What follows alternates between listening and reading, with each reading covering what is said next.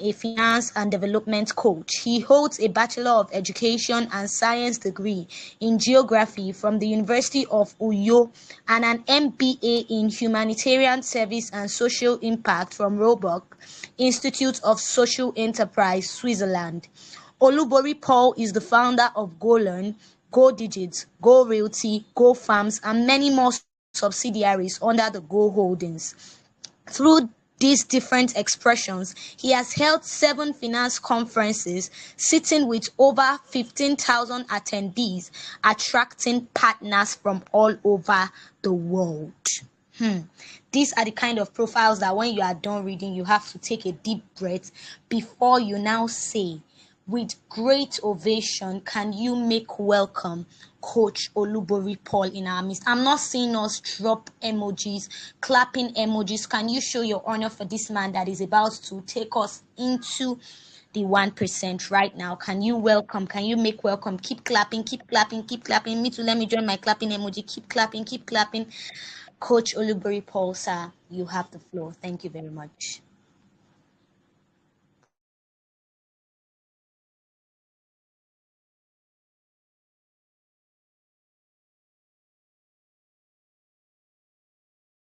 All right, good evening, everyone. Can you confirm that you can hear me right now? Right now. Good evening. Let me know if you can hear me. Somebody can unmute themselves and tell me they can hear me, or you comment in the group that you can hear me. Good evening. Good evening. Good evening, Olatunji. Good evening, Precious. Good evening, Juliana. Gift. Is there anyone else that can hear me? Let me know if you can hear me. Welcome, sir. Clearly. Great. Thank you. Thank you for having me. Ooh, it's a great opportunity and a great privilege to be here with every one of you today. So you can meet yourself back. I think somebody, yeah. So it's such a great opportunity to be with you guys this evening. To come and share with you on the DNA of the 1% and just share one of the few things that I've learned and I've picked up over the course of my life and in my journey with you guys. And I want to assure you that it's nothing, what I want to share, and not necessarily anything new that you've not heard about. I have just like 20 minutes here to share with you. And please pardon me because I had to be somewhere else again by 8 p.m. to speak to another training. But I'll make sure that the time that we're going to be spending together is going to be very worthwhile and that it's going to be impactful. And I want to thank the organizers of this event, the leadership. Thank you for counting me worthy to be here. Thank you for giving me the opportunity to come and share on your platform and with your people. I do not take it for granted. Owope, well done. Thank you. Yeah, Miradeb, thank you. Everybody on the team, thank you. Thank you so much, sir. Thank you. Thank you for having me. Thank you for the invitation, sir. So let's get straight to the conversation. No problem. So let's get straight into the conversation. So what does it mean? Let's identify the 1%. Who are the 1%? Who are the 1%? And we can classify the 1% into different categories. The 1% of the rich, 1% of the most wealthy, 1% of, but I know that in this context, it's the 1% of the most achievers, like people who are achieving the most things, people who are doing the greatest of things, people who are doing great and mighty things in their different sector, in their different world. I believe that is the context of this, the achievers that we are talking about. So what is the DNA of this 1%? Who are this 1%? What have they done differently? And let me ask you, and I want you to comment sincerely in the comment section. I mean, in the group. This question is that is success or the people that are a member of the 1%, are they there by luck or happenstance or by conscious effort? So I want you to answer that question. Is it by luck? Yes or no? Do you think luck can get people to be among the 1% of the 1%? 1% of the 100%? Do you think luck can get people there?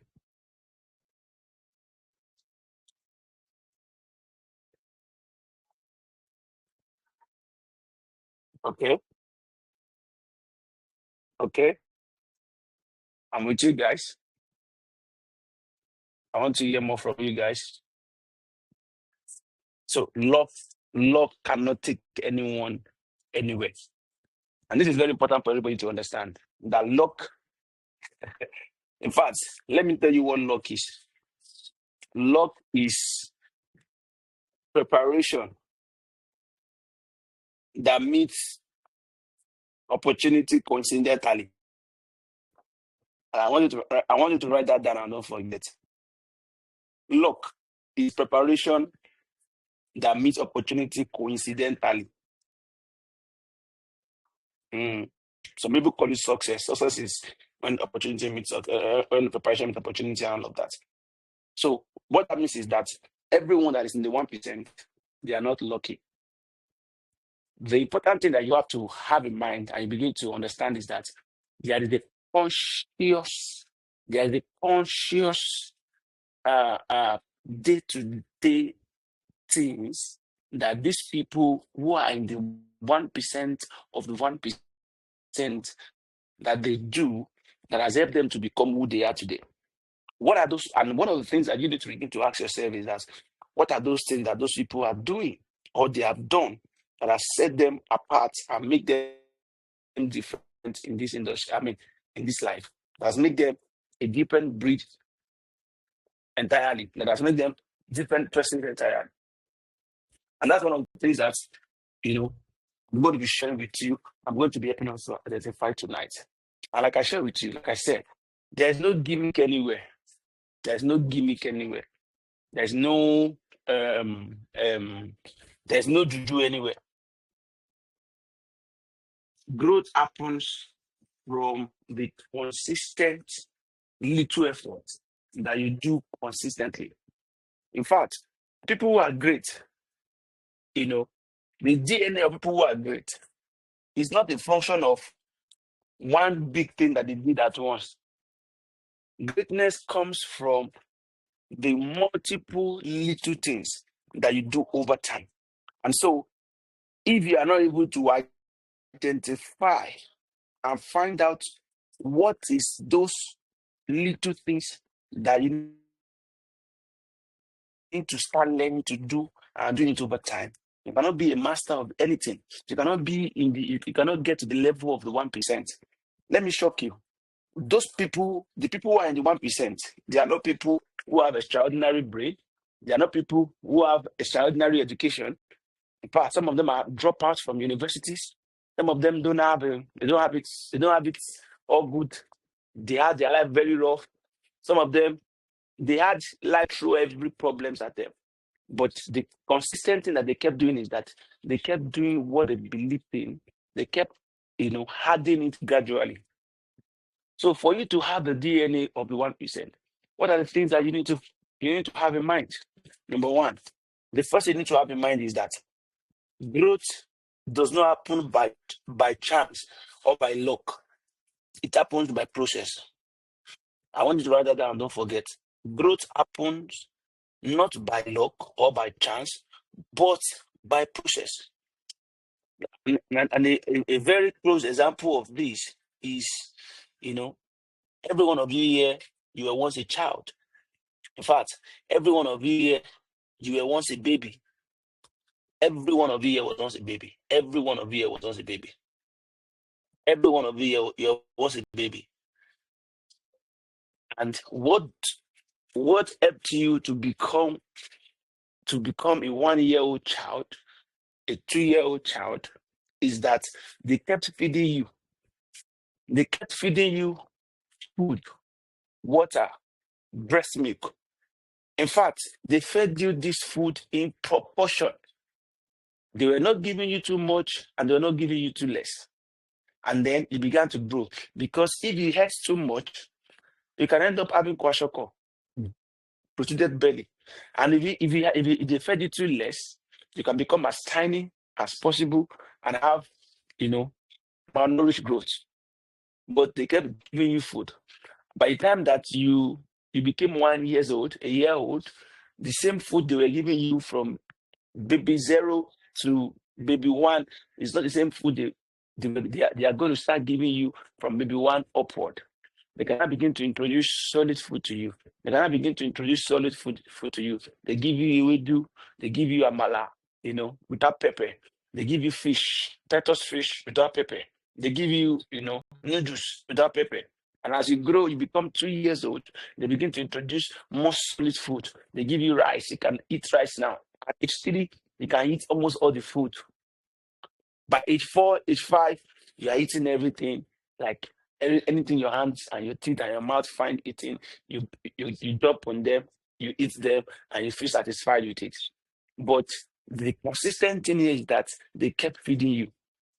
As one of the persons that want to become a member of the 1%, that you want to have the DNA of the 1%, my question to you is that what are you feeding yourself with? What are you feeding yourself? What are you feeding your mind? You become the product of what you feed you become what you feed yourself. You become what you feed your mind. You become what you feed your life. If what you feed yourself and what you feed your life does not have any equation or collaboration with where you are going, you cannot become a member of the DNA of the 1%. You cannot have the DNA of the 1%. The 1% is characterized by people who have fed themselves, their mind, their spirit, their soul, their body consistently over time with positive and important information and important knowledge that has helped them to build their spirit, build their mind, and build their soul. One of the first things that the 1% do is that they build a very positive mindset. Because someone that wants to become a billionaire, a multi-billionaire, someone that wants to create global solution does not have the mindset of impossibility. I remember when I was in the university and I was sharing one day, I was at a fellowship, and let me say, fellowship people sometimes they are sometimes the most people, they are the least people that show faith, even though they go to church and they are very spiritual, but they lack faith. And they are not able to see the possibilities of life beyond what they see in church. And I was sharing one day with someone, and I was saying that I saw somewhere. I don't know if I saw it, if I saw it in a trance or something, but I said I saw somewhere that one day, they will be able to do heart transplants. This was many years ago. I was in university. I think I was 12 level. Also, I said one day they will be able to do heart transplants. That the science is going to get to the point whereby people will be able to transplant hearts from one person's heart to another. And recently, I got wind of the fact that there was a successful heart transplant that was done. I think it was a pig transplant heart to. I didn't get the full details, but that time it looked so impossible. In fact, that time, who could have thought that we are going to have what we have today, artificial intelligence that we have today, that we are going to have AI today? But when people that are going to have the DNA of the 1%, one of the things they need to be able to work on is their mindset. What kind of mind do you have? Is your mind the highest of your understanding? That is your mind. Is your mind able to perceive things that are not yet visible, available? Is your mind able to conceive what looks impossible right now? Because let me tell you something. Everyone who is ahead in life, they are far away. They are far away in their mind. They have gotten to some places in their mind before they even get there physically. By privilege, I've been to different countries. And guess what? I found myself in these countries different times. I remember when I wanted to, I will find myself, I'm like, look at that. I was there already. I find myself in these countries. I don't have a visa. Not sure even if I had a passport at the time. Maybe I had. No money, nothing was coming around that looks like I was going to travel out. But eventually, when it happened, film. But guess what? That time, I didn't doubt myself. I was not doubting myself. I was not saying, oh, is it possible or is it not possible? I strongly said I knew that this is going to be possible. People have done it before. So one of the first things that that people that are going to that want to have the DNA of the mindset is that they need to work on their mind. Their mind must be able to conceive the things that are not yet seen, the things that has not yet happened. Because if your mind cannot conceive it, you cannot really walk into the reality. And I'm not talking about spirituality here. I'm only talking about the idea of you being able to see further ahead. The idea of being able to see beyond your current position, beyond your current place. That the fact that you are here, that the fact that you are in a particular school, you're in a particular situation, maybe you are poor, you feel like you are poor, you are broke, you don't have money. That doesn't mean this is just a temporary position. That does not equate to your lifetime position. Your ability to have the mindset that says that I can become bigger than this. I can become better than this. That is how we start. The first thing you need to have is a right mindset, a right attitude towards life. And when you listen to people who have this DNA of the 1%, you realize that there is something that is common to all of them. They have this positive mindset. And this positive mindset means that are they going to face challenges on their journey? Yes. But will they overcome it? Yes. That means that they take life challenges head on and fight it and overcome and move on. There will always be challenges, but that they will always take it head on and move on with their life. So it is important for us to understand as young people, as people that want to be among the 1% of the 1%, that there are some specific things that we need to do. I went to school in Osun State. I schooled in Osun State College of Education. They were doing a degree program there. And guess what? Some of the things I'm doing today were bettered from that jungle, from that village. A village that is like, a lot of kilometers away from Osogbo, from town. A place where we don't usually have lights. When we see lights, when they bring lights, people celebrate and rejoice. And they will not keep that light for more than 20 minutes, and that light is gone again. And I was there for 6 years, schooling there for 6 years. Even during strike, I will not go home. I will just be back at school looking for what to do. But most of the things that we are doing today, I bet them in that jungle. Because my mindset, I may be physically there. My mind is not. My mind wasn't there. Your mindset must be right. You must have the mindset of a winner. A winner is not someone that doesn't lose. Please write it down and don't forget. A winner is not someone who doesn't lose. A winner is someone who keeps fighting, irrespective of losses.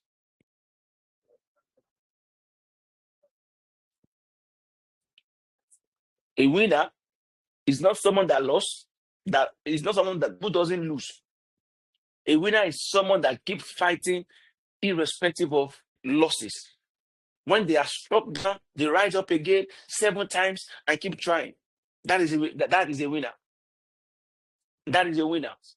Your mind, you have to have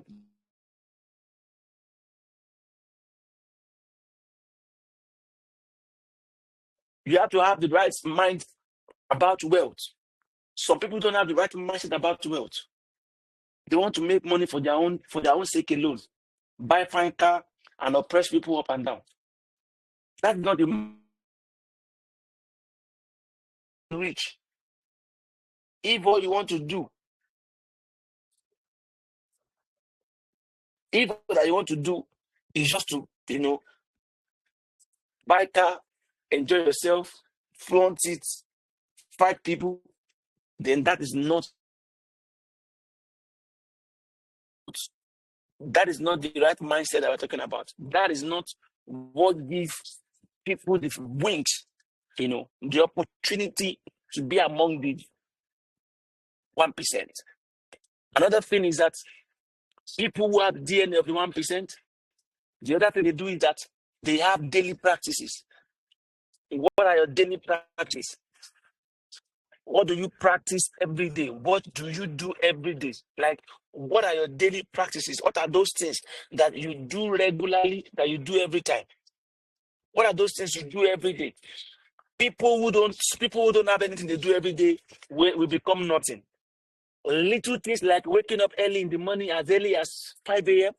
If you're a young person, you're not married, there's nothing wrong with you waking up by 5 a.m. and picking up a book to read, or picking up a course to take, or picking up something to do.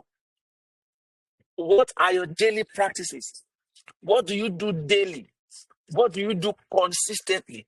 What do you do every time that adds up? Growth and success does not happen by luck or by chance. They happen by consistent addition of daily practices. What are your daily practices? What do you do daily?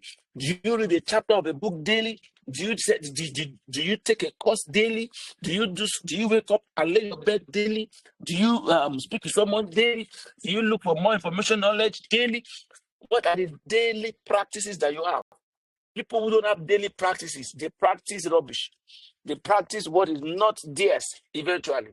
You need to have daily practices. You need to have things that you do every time. And that is unbroken. People, you need to have what you are practicing, what you are working on daily and every time. And that is how to get to become part of the people that has the DNA of the 1%. They have their daily practices. And those practices are things that put them one step closer to their goals. It put them one step closer to where they are going. It put them one step closer to what they can become. And the possibility of becoming great things, you have the possibility to become as much things as possible, but you have to have a daily practice. You have to have your daily practice. So what are your daily practice? How many hours do you take to read per day? What are the steps you are taking to network with people, to meet new friends, to meet new people, to make new friends, take a new course, move from where you are every day by 1%, growing every day by 1%, growing every day by 1%, growing every day by 1%. And finally, as I leave you tonight, part of the practices of the 1% is that they don't build for themselves, they build for others. This might be the only thing you are going to take away from this session. People, the 1% of the 1%, they don't build for themselves, they build for others. The wealth of the world, the wealth that separates everyone from mediocrity to abundance to greatness, is the consciousness of providing solution for other people.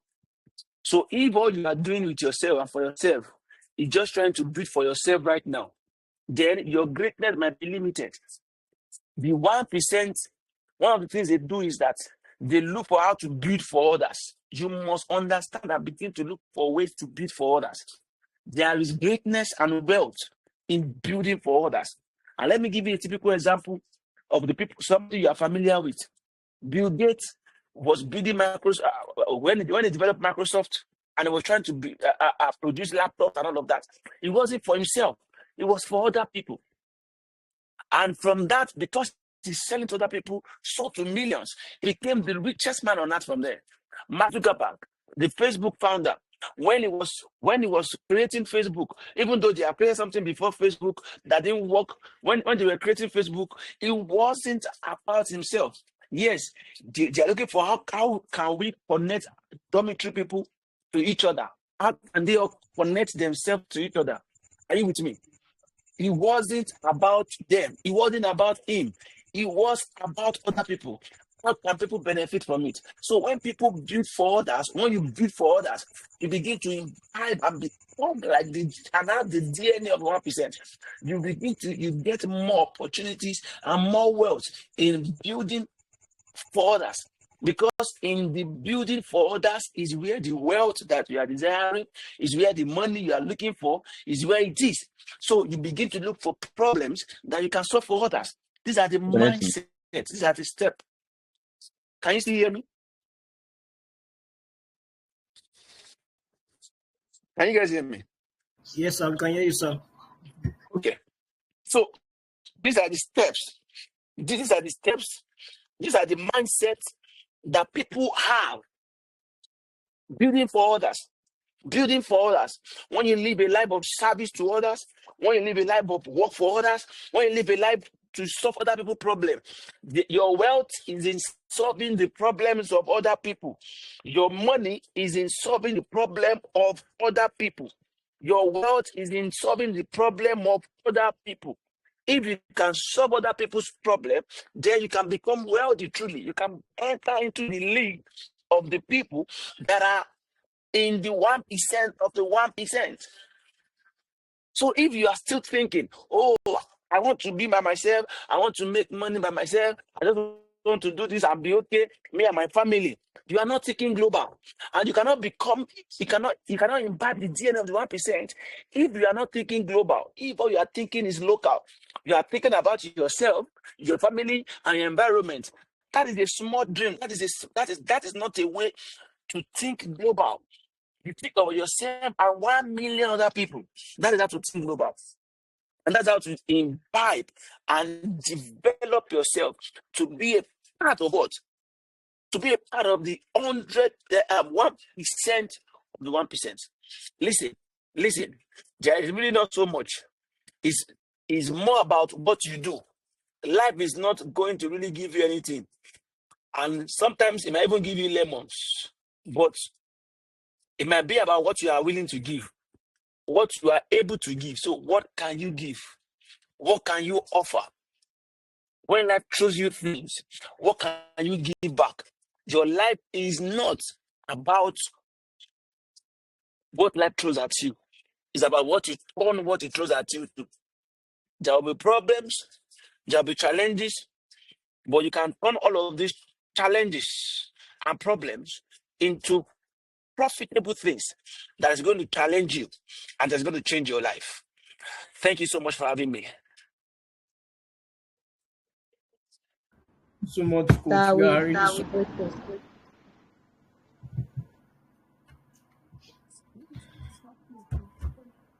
Moderator, can you continue? Thank you so much, Coach. That was a very powerful man. Thank you so much. And I'm sure a lot of us has grabbed a lot of things from what is shared.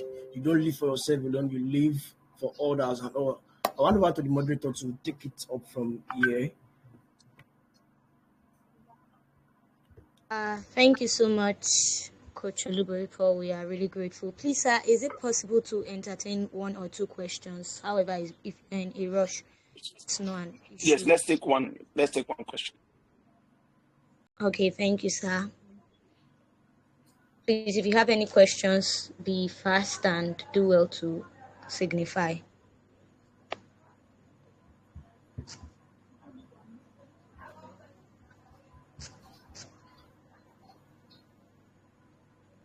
Any question?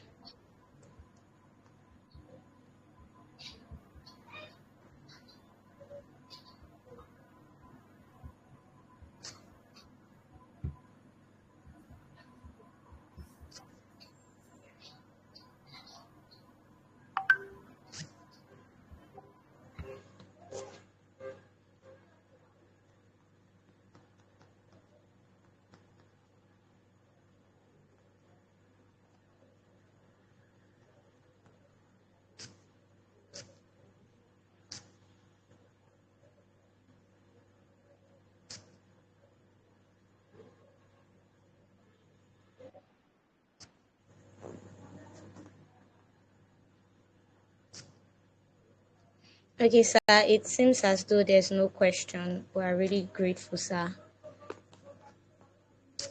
It seems as though there is no question, sir. We are really grateful. Can we once again just celebrate Coach Olubori Paul and say thank you, sir?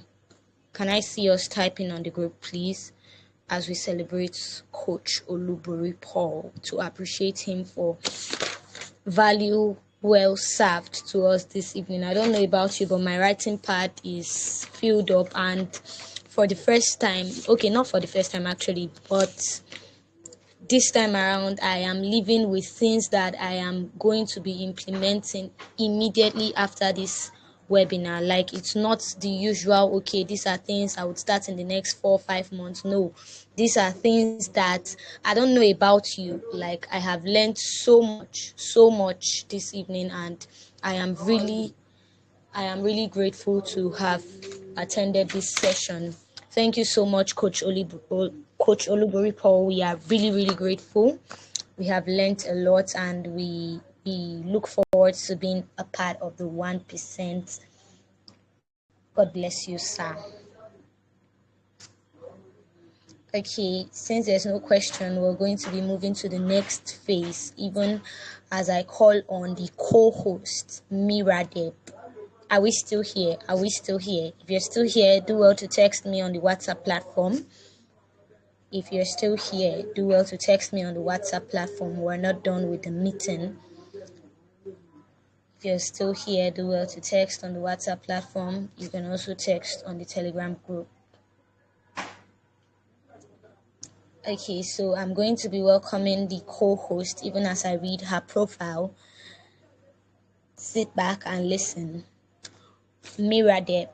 Widely known as Miradeb, Ajayi Oluwaferanmi Deborah is a certified administrative virtual assistant, project manager, and a personal development advocate dedicated to helping individuals and businesses grow with clarity, structure, and purpose. She is the founder of Linked Up, a fast-rising LinkedIn growth agency empowering professionals to build visibility, credibility, and intentional personal brands online.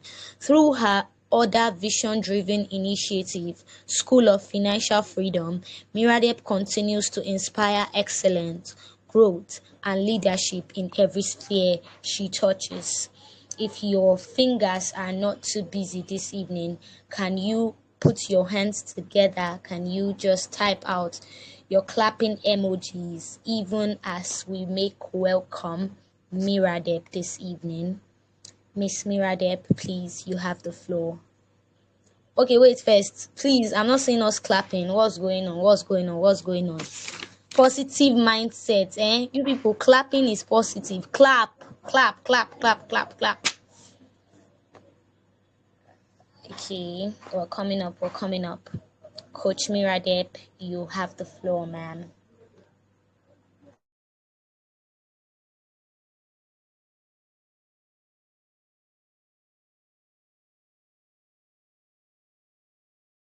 Coach, I said coach.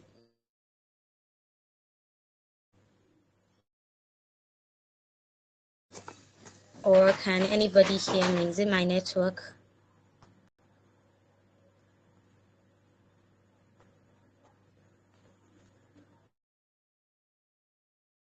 She's on also. While we wait for what it is that we have gained from this evening, our side of the valley, can we just drop what it is that we have learned? One thing that stood out for us in all that we have heard this evening. I'm waiting to see our lessons. Let's be sure that this evening is not just. Let's be sure. Hello. Can everybody hear me now? Yes, ma'am. I hear you, ma'am. Okay. And everybody, I said I was shy.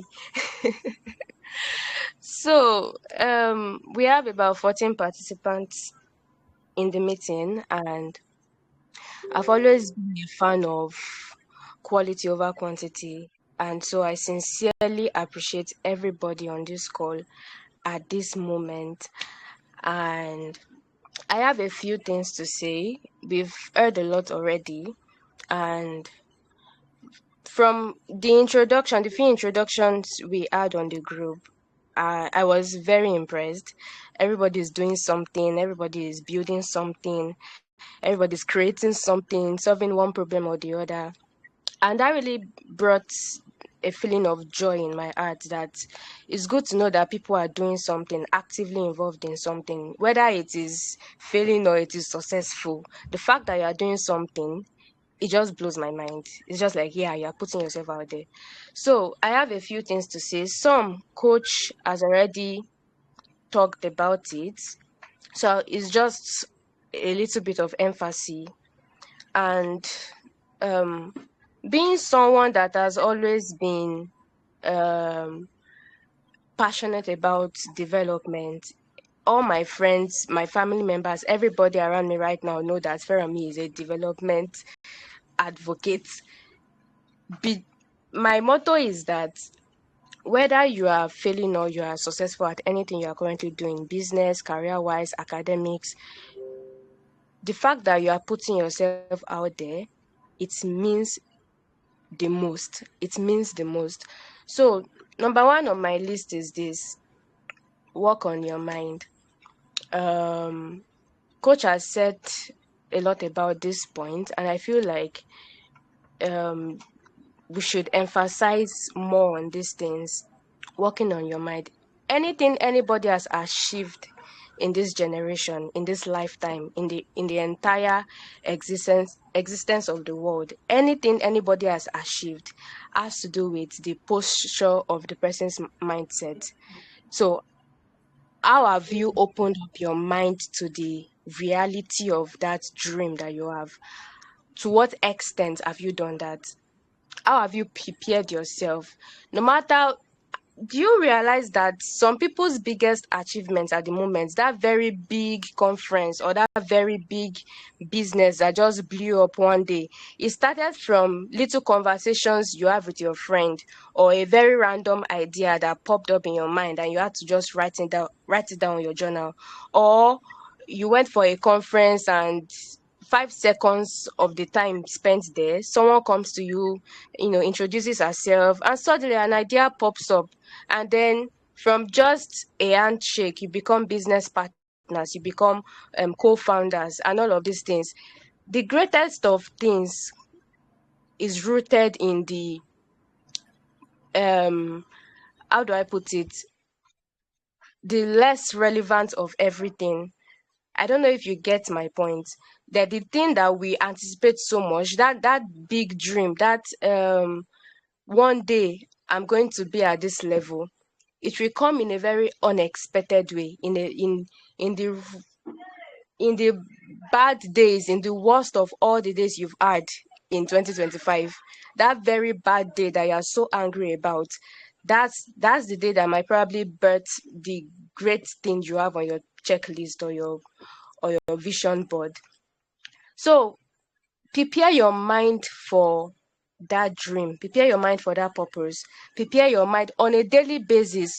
Coach talked about, what do you fill your day with?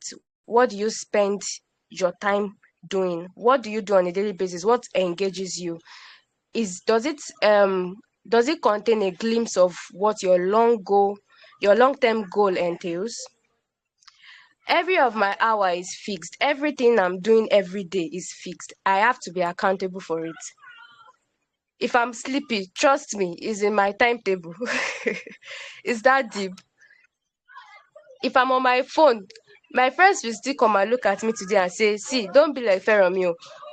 If you think she's on her phone for 5 hours straight, you think she's watching TikTok. That girl she has ticked 10 things out of her list already. So I'm working. If I'm sleeping, I'm sleeping. If I'm in a meeting, I'm in a meeting. So everything you do on a daily basis, how do you prepare your mind to the reality of these things and the reality of the bigger picture? And number two is, what do you feed your mind on a daily basis? What are you engaged with on a daily basis? Those things matter. What you do in the morning, the first thing you wake up, what you do at night, the last thing you do at night before you sleep. All of these things matter. Number 3 on my list is, what do you see yourself becoming in the next 10 years from now? Does the picture make you happy? Any friend of mine at the moment, I've probably asked them this question.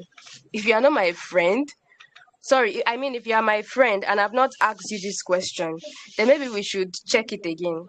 I've asked every single one of my friends and family members, what do you see yourself becoming in the next 10 years? With the way you are at the moment, like, what's that picture? What's that reflection that your current position gives you? If you are not happy with it, if you're not happy with it or you're not excited about it, then you have to work on yourself. Are you reading books? Do you want to be a brilliant book reader in the next 10 years and even probably write yours? If you're not reading books now, then there's a problem.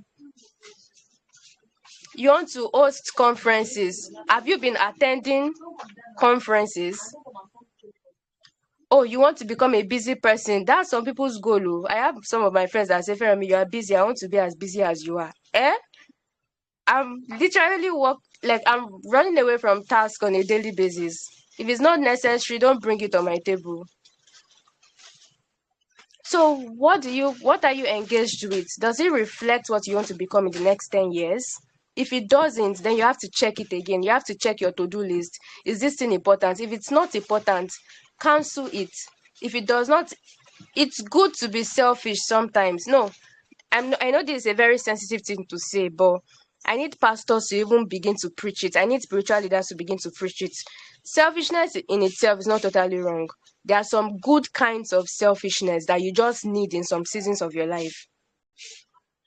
Tell your friend, I'm sorry, this season is for me. I can't teach you. I've had to tell my friends those things, that I'm sorry, I can't do this thing for you for free. It took me hours. It took me resources and energy to even understand it. So if at all you want me to give it to you for free, prove to me that you are worth giving for free. So be selfish when you have to.